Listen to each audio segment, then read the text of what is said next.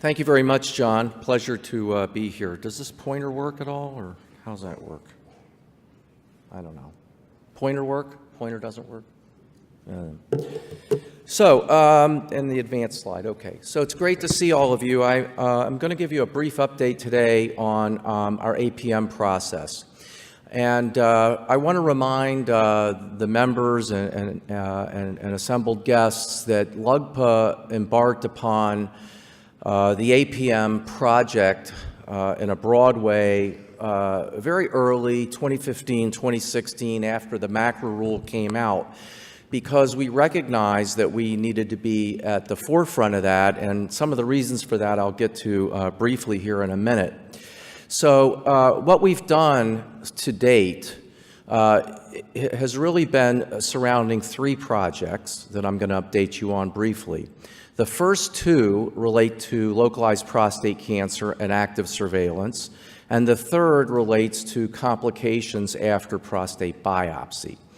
So let's just go ahead and get right into this. The first project that we did, and John was referring to a process we went through with the government in his opening remarks, which I am going to describe.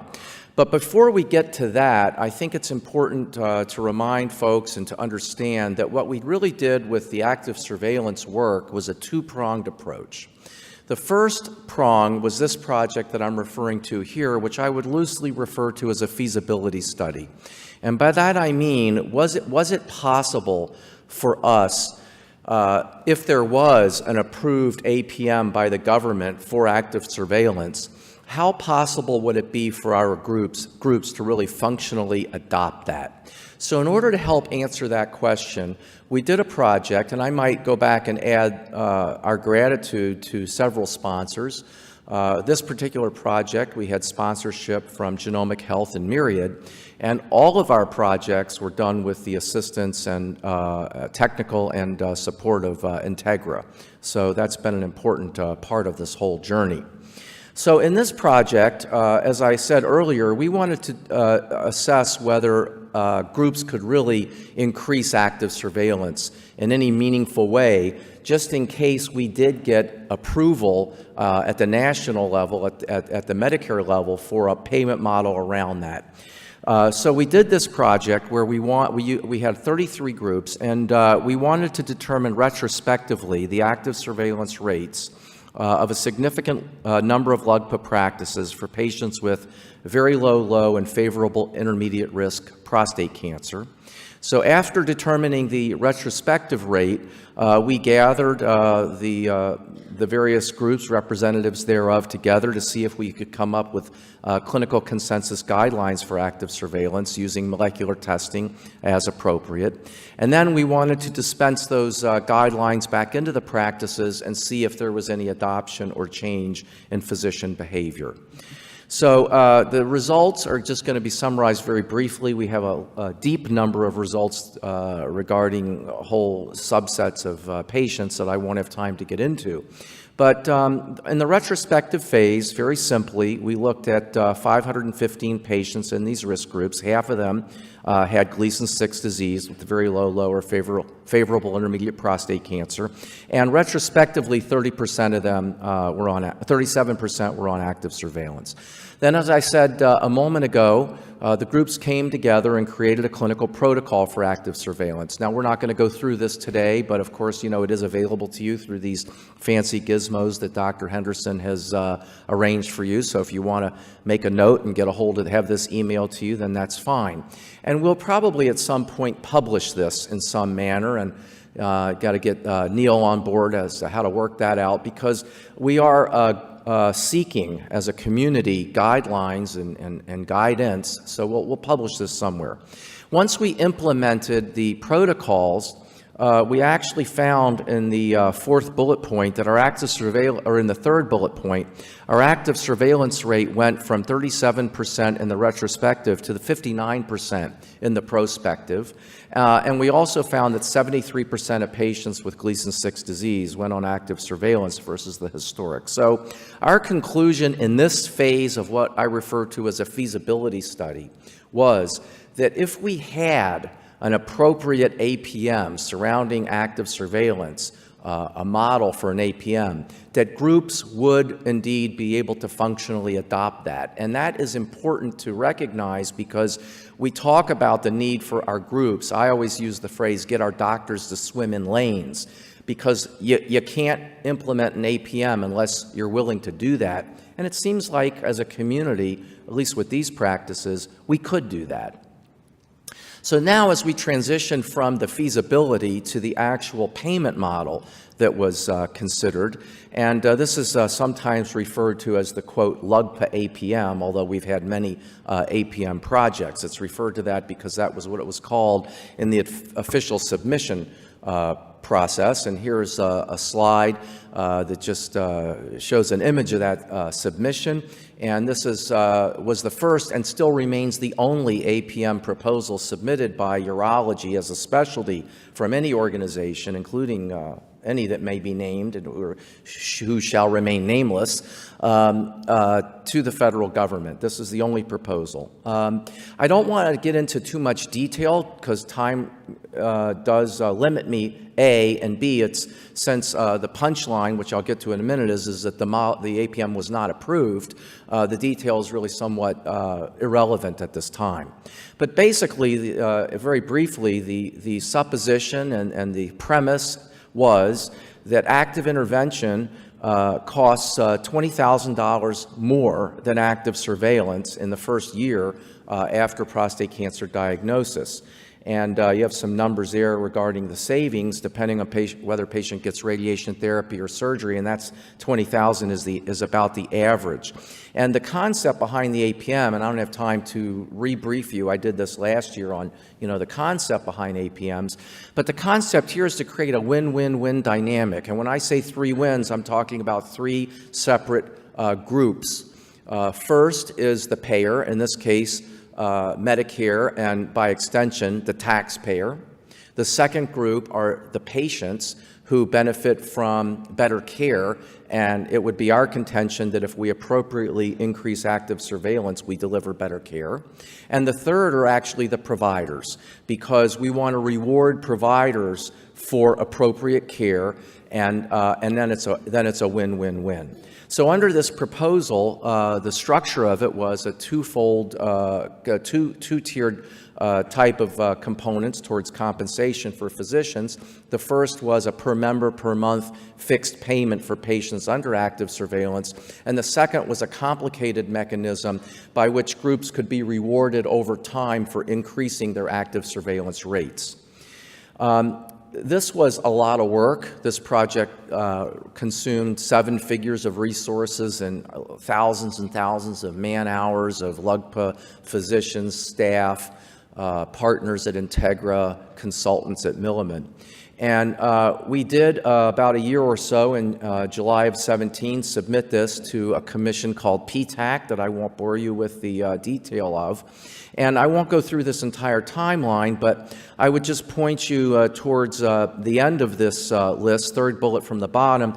Last December, less than a year ago, which is why we're doing this to get you up to date now, there was a public hearing on this proposal, and at that public hearing, the PTAC Commission voted 8-3 not to recommend the LUGPA APM. And that was really sort of the end of it, but I'll come to some more detail about that in a minute. Now, after December 19th, there's a formal PTAC report to the Secretary of Health and Human Services that came out in February. And then by law, the Secretary of HHS has to deliver a final report, which didn't come out until this past summer, which again confirmed the recommendation not to test the model. Now, the question is, how could we go through all that work with such great ideas and come up with a non-approval recommendation? And there were really 2 problems that PTAC had, both of which we frankly strongly disagree with. The first thing is that they did agree that the problem of active surveillance and the promotion thereof really is a very important problem. They agree with us on that. And we also pointed out real significant issues with racial disparity in the implementation of active surveillance in the United States, and they strongly agreed with that. But there were two things, without getting too much in the weeds, that they disagreed with. The first is represented on this slide, and I don't have time to get into the technicalities, but they disagreed with the concept that our model would be what's called a total cost of care model. And what that means is that we had evidence and believed that in the first year after diagnosis, one of the biggest contributors, if not the biggest contributor to cost of care of a Medicare beneficiary is their prostate cancer condition. And on that basis, it was quite reasonable for urology to assume total cost of care responsibility during that first year after diagnosis. Now, why do we want that? Because frankly, without assuming total cost of care and creating savings through active surveillance in that total cost of care, there isn't a big enough pot of money to talk about in terms of making an effective, financially attractive APM. So the notion of having to have total cost of care as part of the model was very, very important.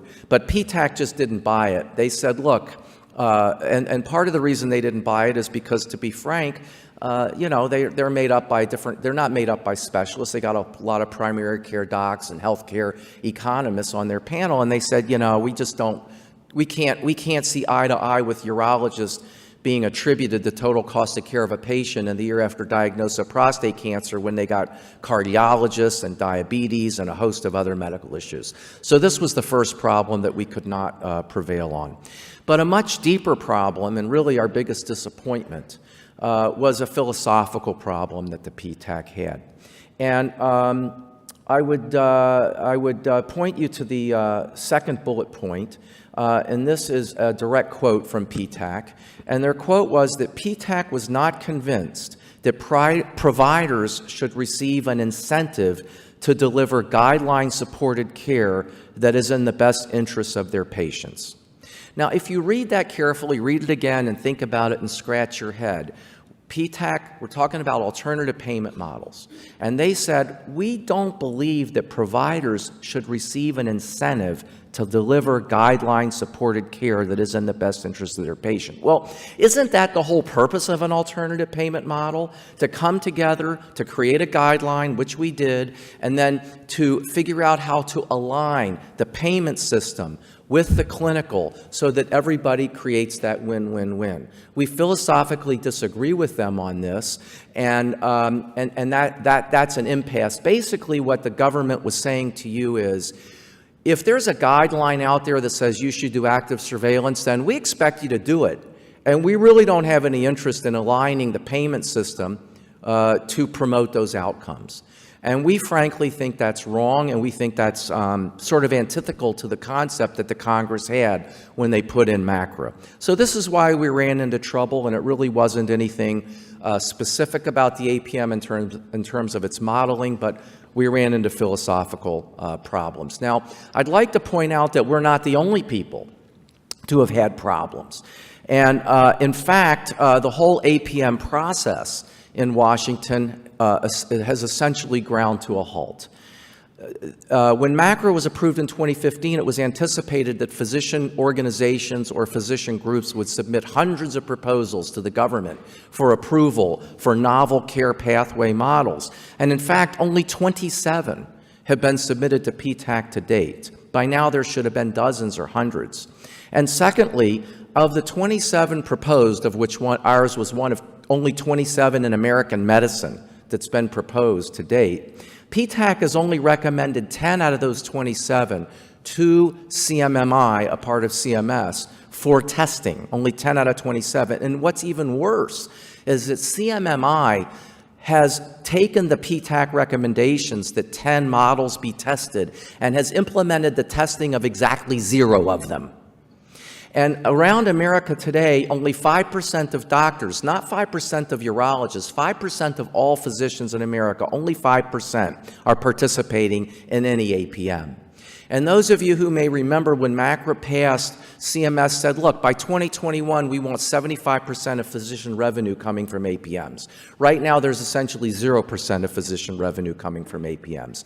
So we're working hard in Washington, and I don't really have time to get into the detail today, on multiple levels. And I've had personally, as have others, very frank conversations with very senior policymakers in the executive and legislative branch, and basically told them quite candidly that MACRA was a really great law, but it's failing.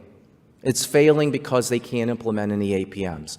So we're doing what we can to fix that, and I think that folks should understand that the rigors that we've gone through, that we're not alone.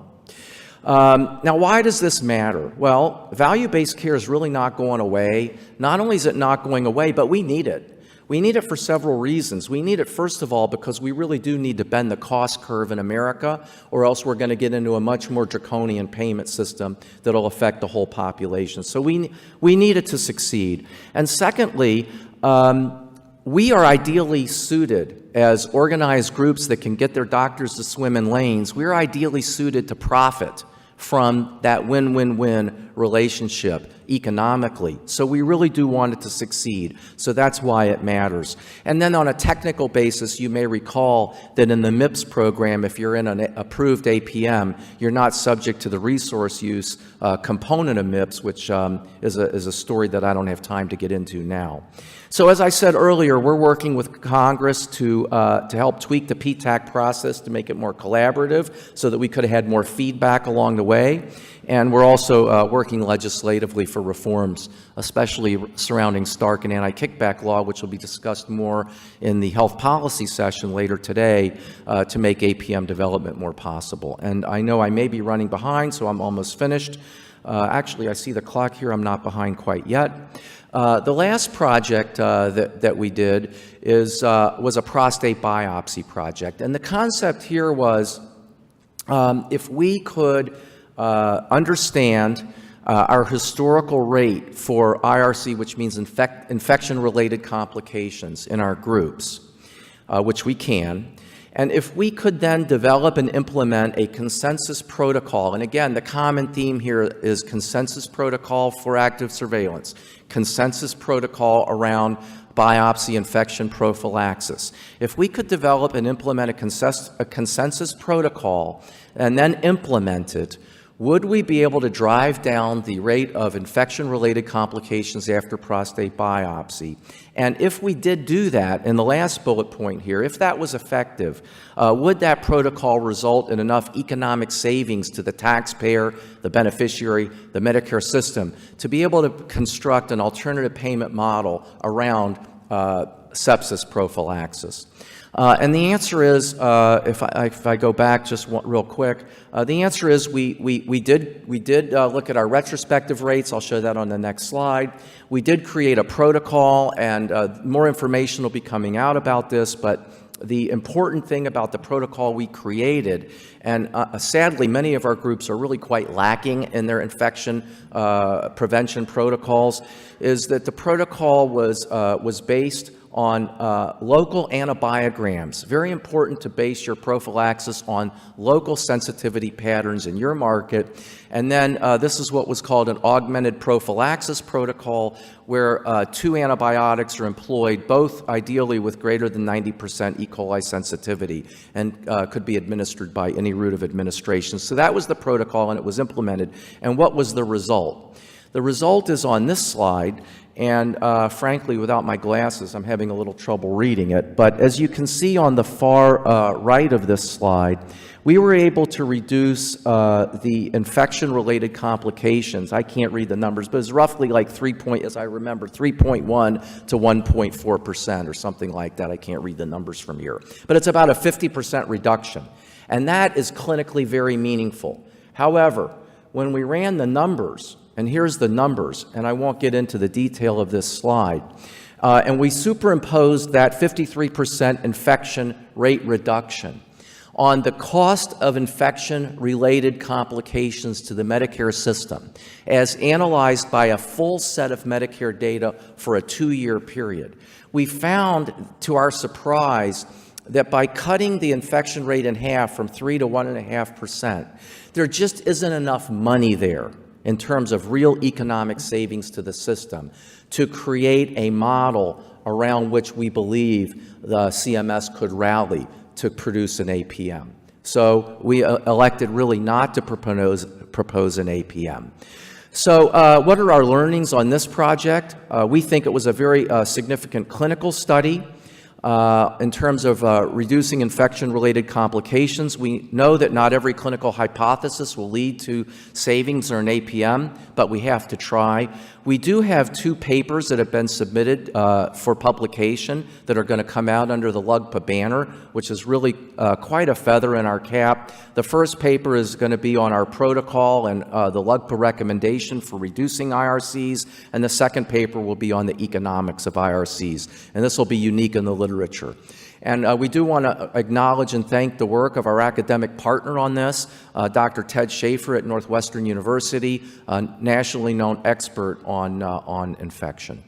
And again, that's a testament to LUGPA's collaborative efforts with academics. So my last slide, we may not have yet gotten an APM across the finish line, but we're the only organization trying. And I think Neil put up a slide earlier from Winston Churchill. You know what? You got to show up, you got to try, or you won't get anywhere, and we're going to keep at it. We are facing systemic obstacles in the PTAC process and so forth. Even though we haven't approved an APM yet, we've learned that LUGPA docs can work together, develop meaningful clinical protocols, and we got to continue to innovate. Thank you. Sorry for going over a little.